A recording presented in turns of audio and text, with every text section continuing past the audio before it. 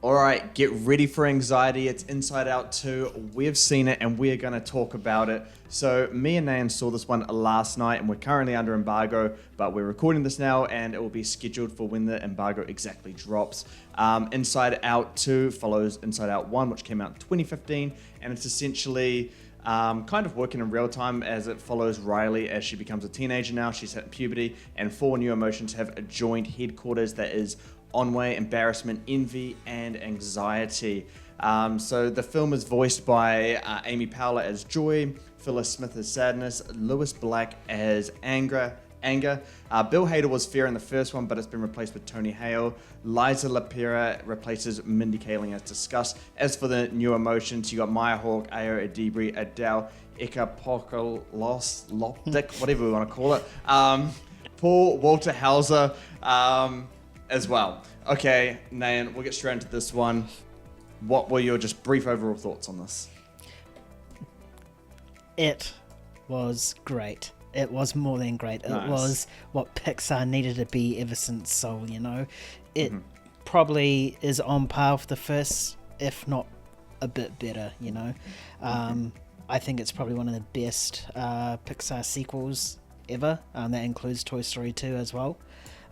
But yeah, I think we had fears when this first came out that this will fall into the sequel trap, but I think this completely broke that and just exceeded expectations by so much for me. Like, I was blown away about how good this product was.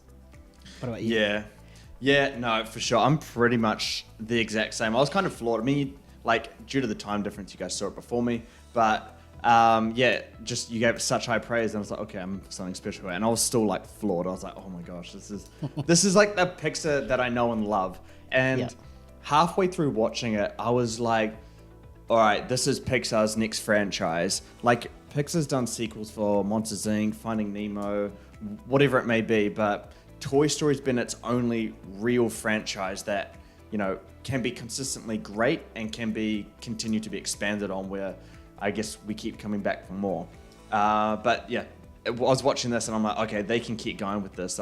We can see this continue to go on. So I'm really great that Pixar they know what they do with this one, and it's good to see that they've found another franchise that, you know, I can be excited for. Like, as soon as Inside Out 3 is announced, I'm gonna be like, my expectations and like excitement are gonna be sky high. I think I had this at like 5th for my most anticipated, and that was due to the lack of kind of movies I was excited for this year.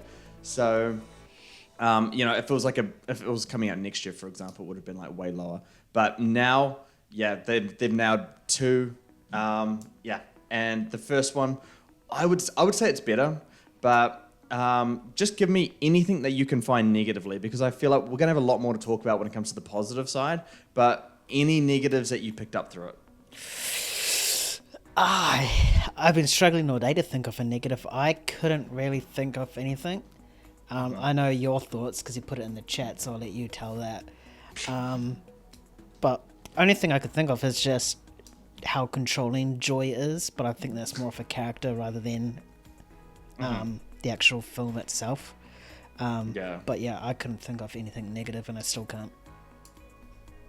Fair enough. Okay, well, I guess I'll go on to my thing now then. So the one thing I didn't like is that this film does take place over a weekend, and it is the start of Riley entering puberty. And, you know, by the time we get to the resolution or the climax of the movie, it feels like a lot has been resolved, which doesn't quite reflect what puberty or that the experience of puberty is like. I think it's a very long process. So I wish it was more like structured more similarly to the first one, where a series of events, you know, hit for Riley, and then that causes, you know, these kind of big emotional moments happening, you know, inside headquarters, inside Riley's mind. So yeah, I don't think it reflects it. But in saying that, it's not like I was watching the movie and I was like, they should have been doing that instead. It wasn't like that at all. It was like a thought after. I'm like, I probably would have been like more emotionally hitting if it did that. In saying that, yeah, Inside Out 1 was a lot more emotional. I mean, I've seen it this year, and it continues to, you know, hit hard, especially the candy floss elephant. What's his name? Bing bong, yeah. I was gonna say bingo. Oh my gosh, no. Bing bong, yep. Him, and then Riley's breakdown at the end was a lot more emotional in this one. This one's, like I was saying, intellectually stimulating. It's just a lot more to think about as Riley's getting older. These new emotions are coming in. Our minds get more complex as we age, and we're seeing that through Riley. What did you think of the new emotions and the additions that we got in this film?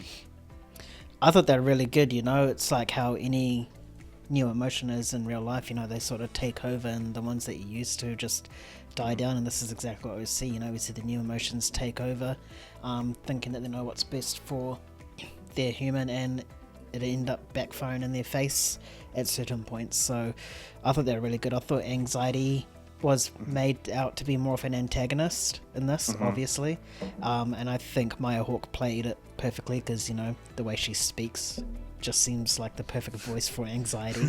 I swear she's like always anxious, so that was like a perfect casting, and I thought she did fantastic. And then the other three new emotions, they were pretty much supporting like how the other emotions were for joy, but they all like complemented anxiety in the end of the day. And then obviously when the old emotions and new emotions interacted, it was almost flawless. Like they were all just trying to figure out each other, and then all coming together to realize what's best for the human they're in.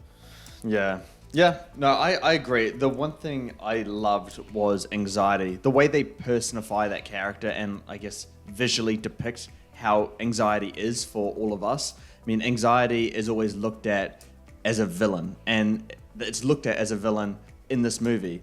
And then, the messaging and the thematics of the movie kind of suggest that all your emotions have a role. Anxiety is actually trying to protect us, so there is some good to be had with anxiety.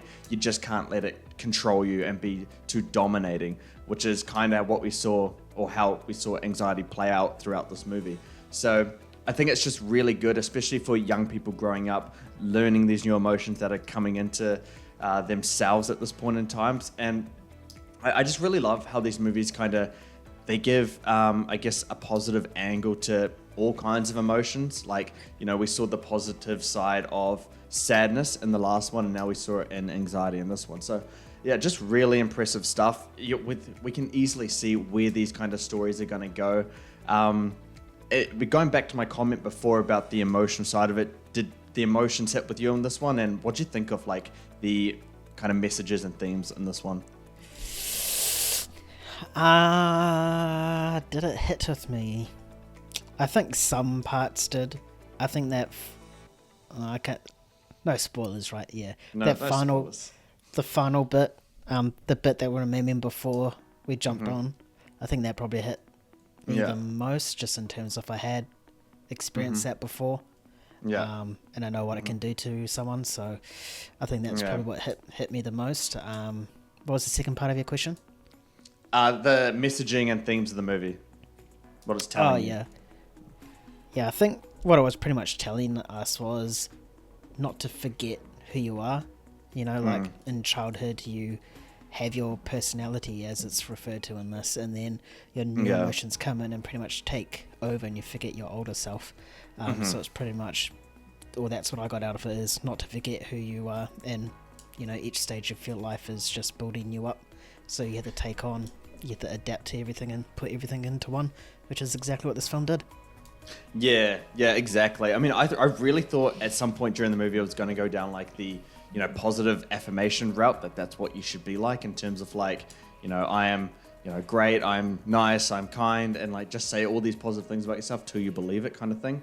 But it's actually like kind of telling us that you may have bad thoughts about yourself, and that's okay. It's, it's all part of who you are, and being who you are is probably the best version of yourself that you can be. But that's something that I really liked. Let's move on to something that I found quite interesting as well, and that was the world building of this. Like, it's hard to imagine how they can kind of expand what they did in the first one, but you're seeing it, kind of on a visual, physical element of Riley's mind adapting and growing as well. What do you think of the world building in this one and how they expanded things there? Oh, I thought it was just as good as the first, if not a little bit better, and all these subtle nods, like it's sarcasm. Like, I was fucking in stitches in that scene, man. Holy shit. That's so good, yeah. And then like how all the old lands or old places that we visited in the first one, how it's sort of become not quite abandoned but getting to that point.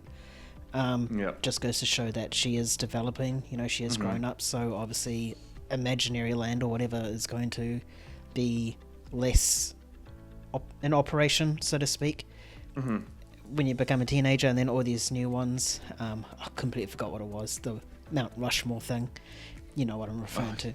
Yeah. That's exactly what a teenage girl would go through. And then that whole place in the back of your mind thing as well was just exactly how it should be. It's nice and dark, and then it all flows through at the end of the day to who you really are. Yeah, no, for sure. I mean, I just, the sarcasm part was great, but just the exploring Riley's mind, or just the mind in general, I think it's super fascinating. And if they continue to do more of these Inside Out movies, I would love to like see what else they can add to it. How they got that belief system in there now. It just adding more complexion and layers on top of what headquarters is, and what it is really going to grow to by the time she's a fully functioning adult.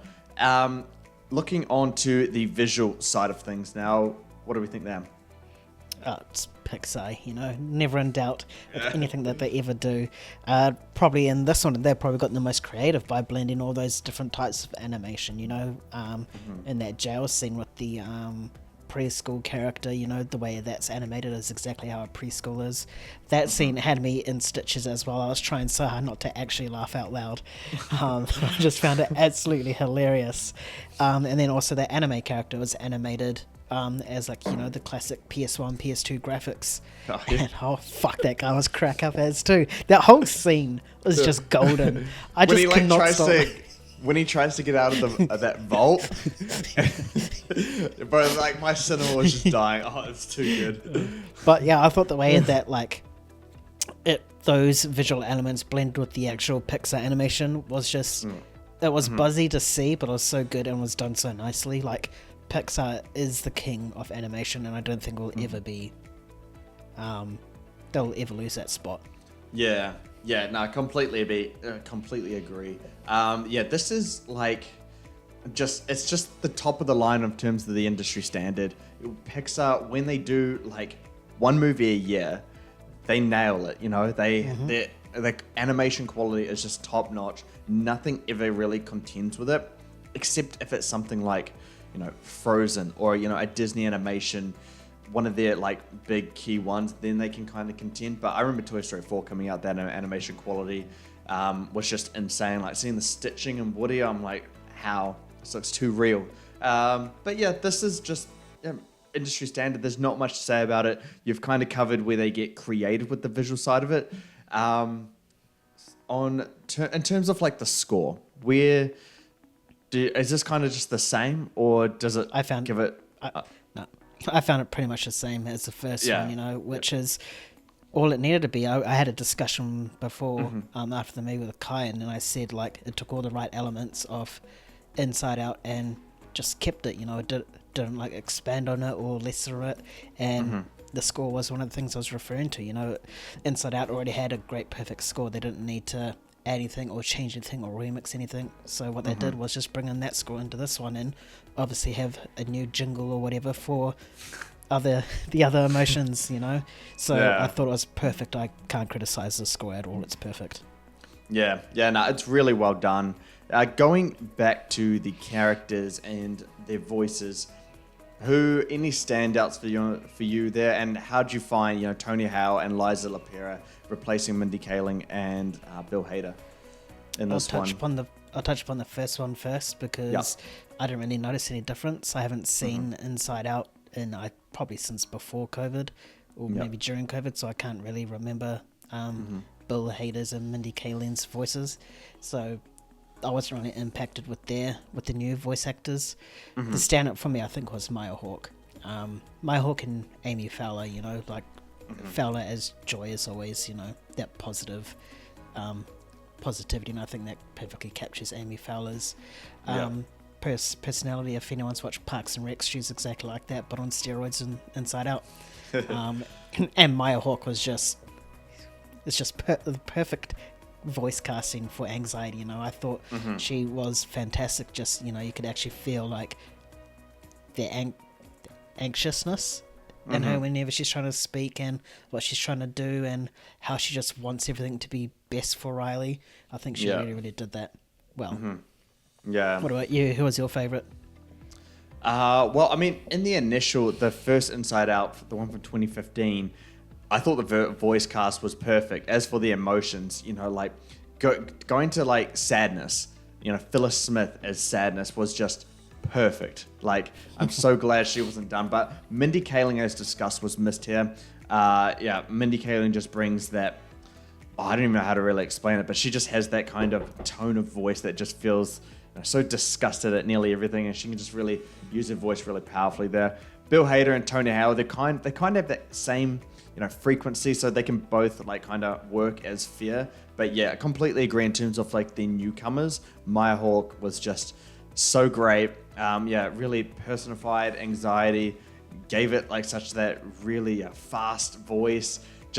And she just put so much energy behind it, which is what anxiety really needed. So I'm so happy for her. She really nailed the role of anxiety. Okay, so let's continue this conversation. And sequels for this, potential sequels. Okay, Inside Out 3, they're going to introduce new emotions. Name one emotion you would like to see for the movie. Well, I think they can easily squeeze another 2 more films, young adulthood and adulthood out of this one. So let's just say it's young. We're not going to go to grand elderly? No, because they have no emotions because they get dementia, they forget who they are. Unless Pixar wants to go that dark route. Oh, no. I don't know. Is pride an emotion? I feel as a young adult you pride yourself a bit. Or cockiness. Cockiness might be the word. Whatever the emotion for cockiness is. Because it's what you get when you're a young adult. Maybe that, just seeing like someone come in and like take control and be like, I got this, and then just failing. No, I mean, pride would be interesting. I think there's a lot you could do with pride. My one would be love, just because of how like powerful it is. Like when that feeling of like love or like feelings and crushes, like they really hit, you get that really powerful surge. I would love to see how that would work in the mind of somebody, at least in this kind of world that Pixar is building right now.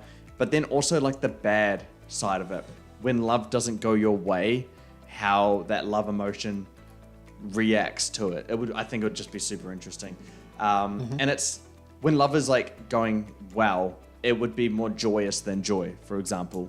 And just to see kind of joy be out happiness, I don't know if that's a word, but like outjoyed, I think it'd be cool to see. Yeah. But I mean, if they are going to continue this, one thing I need to add is that there's going to be new emotions. You can't really get rid of these old emotions. So this movie, or like the next future movies, they are going to have to be more like ensemble pieces where each kind of emotion gets its time in the spotlight, so to speak. And it can't be, joy and friends and new emotions. It has to be a shared thing, because that's one thing. That's actually kind of another negative, is that besides anxiety, those other emotions, they don't really get enough time for us to really understand how they work within Riley. So that's something that they need to keep a lookout on the future. But I think Pixar's got a real winner here in terms of a franchise. Congrats to them. They've been trying to find their next franchise after Toy Story, because that needs to end. So I think this is the one you run with for a little bit of time. Sure. Yeah. And one thing before we end this review, Nayan, it's not our scores. It is our Pixar rankings. I got our top 10 Pixar films here. And I just want to know where you would put it in temporarily. You can let it settle at a later date. But at number 1, we have Toy Story 3. At number 2, The Incredibles. 3rd, Monsters, Inc. 4th, WALL-E. 5th, Toy Story. 6th, Finding Nemo. 7th, Ratatouille. 8th, Inside Out. 9th, Up. And 10th, Toy Story 2. So just looking at that from a glance, from what you heard, Inside Out 2, would it make the top 10 or teetering between off or on? Is this our combined one or our individual one that you just read out? Our combined It'll be one. combined. Mathematically combined. Mathematically combined, yes. It'll feature in the top 10 for sure. Considering that you and I both are on leaning towards the fence that it's better than Inside Out, the first one, it would definitely feature in there, either at where Inside Out is now, if not higher. Yeah, no, that's fair call. So, yep, you've heard it here, guys. This is a true winner for Pixar. It feels great, dude, that Pixar's kind of found its form again. I'm not going to say it's found its form again, but just for this movie, it has. We'll see what Elio's like next year. I know they'll hit the nail on the head when it comes to Toy Story, but yeah, this is a real winner for Pixar. It feels like a long time since I felt this way about a Pixar movie. So yeah, really great stuff. Nan, get to your score and we'll cap off this review. My score is a 9.3 out of 10. 9.3 out of 10. I'm going to go a 9.1 out of 10. I'm just super happy. This is a great time. This is a movie that I want to see again, at least while it's in cinemas. So yeah, you guys go out and see this one. It has been an absolute dud year in terms of those blockbuster big movies, but this is one that is absolutely worth those dollars in your wallet. So definitely get out there and go and see it. Trust me and Nan, do not trust anyone else. But thank you so much for tuning into this review today. We appreciate your time, and if you have seen it, which you probably haven't, but if you have, feel free to comment below. Otherwise, feel free to enjoy this review, go and see the movie, come back, tell us what you thought, and we can have a conversation about it. And as per usual, if you guys want to hear anything about us in terms of different reviews or other topics you'd like us to cover, be sure to comment that below as well, and we'll address it from there. Anyways, guys, you guys know where to find us. Thank you so much for tuning in. We'll catch you on the next one. Peace. See ya.